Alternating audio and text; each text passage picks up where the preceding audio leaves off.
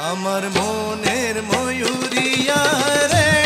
চোখের পলকে ভোল পাল্টালেন চলচ্চিত্র অভিনেতা ওমর সানি। 5 আগস্ট ছাত্র জনতার আন্দোলনে এক দফা দাবির মুখে টিকতে না পেরে প্রধানমন্ত্রী পদ থেকে পদত্যাগ করে দেশ থেকে পালিয়ে যান শেখ হাসিনা। পাল্টে যাওয়া দেশের পরিস্থিতির মধ্যে পোল্ট্রি খেতে খুব বেশি সময় নিলেন না তিনি। রাত পোহাতেই বেরিয়ে এলো তার সুবিধাবাদী মনোভাব। আগস্টের 6 তারিখ সামাজিক মাধ্যম ফেসবুকে ওমর সানি লিখেছেন, আলহামদুলিল্লাহ, বিশ্বের ভয়াল স্বৈরতন্ত্রের পতনের প্রথম সকাল, ভীষণ স্নিগ্ধ।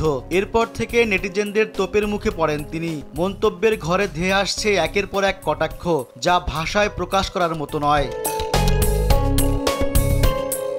এতদিন আওয়ামী লীগের তোষামত করেছেন ওমর সানি মৌসুমী দম্পতি। এমনকি দলটির সংসদ সদস্য হওয়ার জন্য মনোনয়নপত্র সংরক্ষণ করেছিলেন মৌসুমী, কিন্তু তার আশা পূরণ হয়নি। আগস্ট মাসের 2 তারিখ মৌসুমী ওমর সানির বিবাহ বার্ষিকী, কিন্তু আওয়ামী লীগ শাসিত সরকার এই মাসটিকে শোকের পালন করে বলে তারা কোনো আয়োজন করতেন না এদিন। 2017 সালে এক সাক্ষাৎকারে ওমর সানি বলেছিলেন, শোকের মাসে আমোদ ফুর্তি না করাই ভালো, সেজন্য আমরা সংযত রয়েছি। প্রতি বছরই চেষ্টা করি ঘরোয়া পরিসরে নিজেদের বিশেষ দিনটিকে স্মরণ করতে। গেল কয়েক মাস ধরে মৌসুমী আমেরিকায় অবস্থান করছেন, আর দেশেই আছেন ওমর সানি।